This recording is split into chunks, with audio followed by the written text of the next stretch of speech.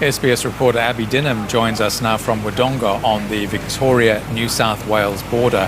Abby, good evening to you. With just a few hours now before the border closes, I guess the question on everyone's mind is, will all those Victorians desperate to get home make it across in time?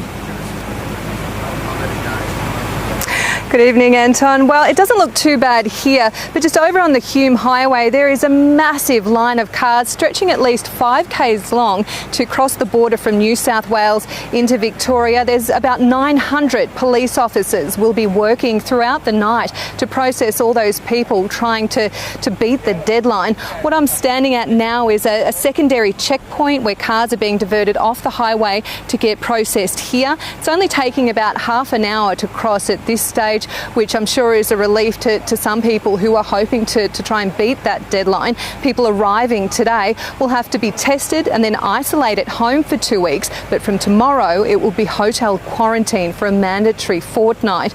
We heard from the Victorian Health Minister today. He said the border bubble will remain in place for now, meaning people who live in these border communities will be able to cross backwards and forwards using just their driver's licence, but he said that could change in the future, with these checkpoints likely to be in place for several weeks. So some of the people we spoke to today, they were happy to beat the deadline to get back into the state, but many felt a bit sad that they had to call their holidays short. Some people, one family in particular we spoke to, were still wearing their bathers. Literally, they jumped out of the pool into the car to cross the border.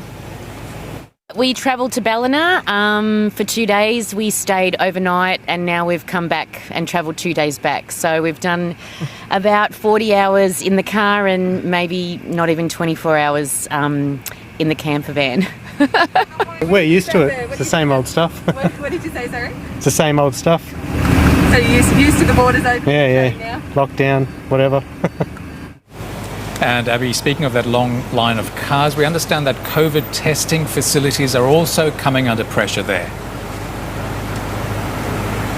That's right, Anton. A couple reached capacity today and had to start turning people away just so that they could process the people who were already waiting. We stopped at one in Wodonga on our way here. It's the first testing checkpoint as soon as you get into Victoria. They're open until 8 p.m. tonight to try and process all the people that were waiting the hour. It was 3 hours wait when we were there last time. They're saying they're having a massive influx of people wanting to get tested, coming back in from New South Wales, wanting to get their results right away and get back on with their lives.